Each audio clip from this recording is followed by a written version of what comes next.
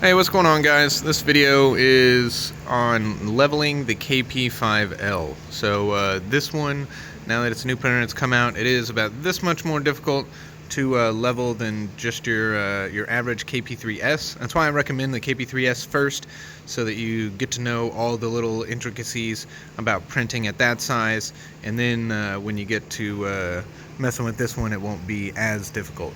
But first off, I just want to go over the assembly. So when you go to put this together, you take the glass off, you put the screws through the metal, and then you put your spring on it, and then your nut underneath that, and that's what'll hold it in place.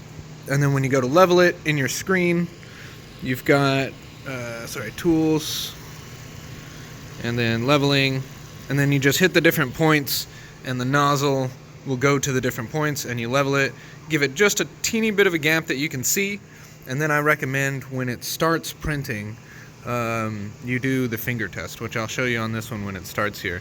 But what you're looking for is something like this. You want your lines to be nice and touching.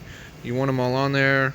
You don't want it too squished. So see, right here is a good example of being a little too far away. Now, doing the finger test, if I run my finger over it, it's actually not coming up, so this is okay.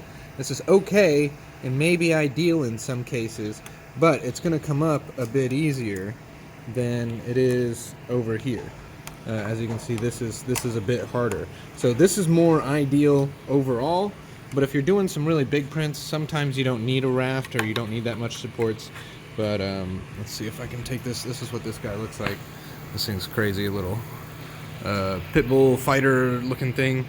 Yeah, I'll need to get a little scraper to knock this one off. But the other biggest thing, okay, so if you're running into the issue, which I know some of you have, where you go to level it, and say on the right side or even on both sides, you're unscrewing this to raise the bed up, and then they become too loose, and you're like, oh no, I don't have any spring tension. There's a couple things you can do. First off, and the most important, is look at the Z switch here. So this Z switch is slotted so that you can unscrew this and move it up and down. That will, in my opinion, just bottom it out to the bottom, and that way your nozzle goes as far down as it possibly can, and then you can tighten this as tight as you can. And by having the springs at a really nice tight compression, you won't get as much shake. See this bounce? This bounce is coming from the springs, because I don't have a ton of compression on them. If I lower this down, tighten these, the compression will be a lot less. On this one, I've got it bottomed out, and you can see it doesn't bounce. It doesn't bounce as much. So you want tighter compressed springs.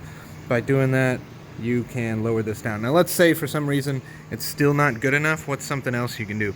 Well, you can put some washers in between the spring and the plate, or this. It doesn't matter which side you put it on, but by putting washers there, that'll again compress the spring further, and you'll have a tighter spring compression.